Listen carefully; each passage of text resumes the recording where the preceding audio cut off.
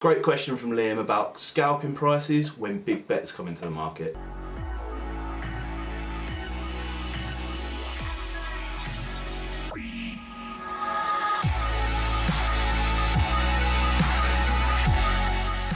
Liam asks, I struggle when spikes come into the market near the off.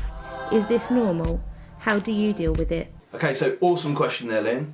One of my favourite ones to answer. The reason being because scalping is something I love. Scalping is where I first found success within the markets myself. And I completely sympathise with your question because the big spikes do come in at times. You can't control it, you can't always predict them, and it's completely normal to feel deflated about it. There will be situations where you need to take a scratch or a loss because the big stakes come in the market and there's quite frankly nothing you can do about it. You can't control the market. All you can do is position yourself around the prices effectively and execute in the right way so that over the longer term, the longer period, you actually win more than you lose. That's something that's quite hard for people to get in their head at times because people look at trading, obviously traders make a lot of money and they expect to think that you just win every time. That's not always the case, is what I'm trying to say.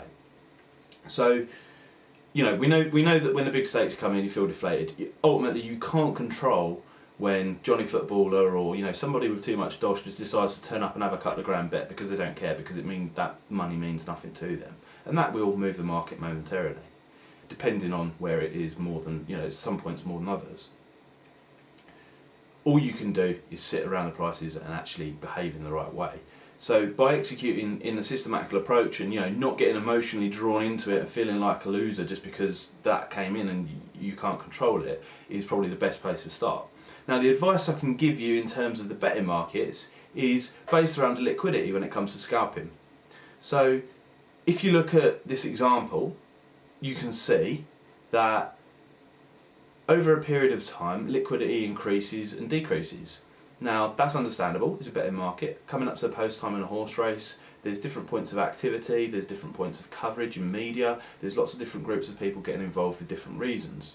But you can't change the fact that liquidity spikes and drops at certain points.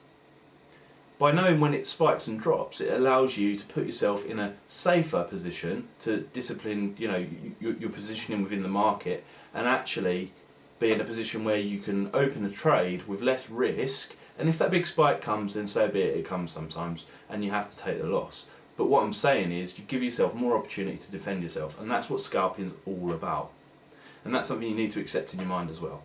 But once you realise the key points that you get involved, then you find consistency. The next stage from that is not only do you find consistency within those different, within that window, you're like, well, I know that I've got a lot more higher chance of success here, or a higher chance of not getting hurt when I've got the trade open.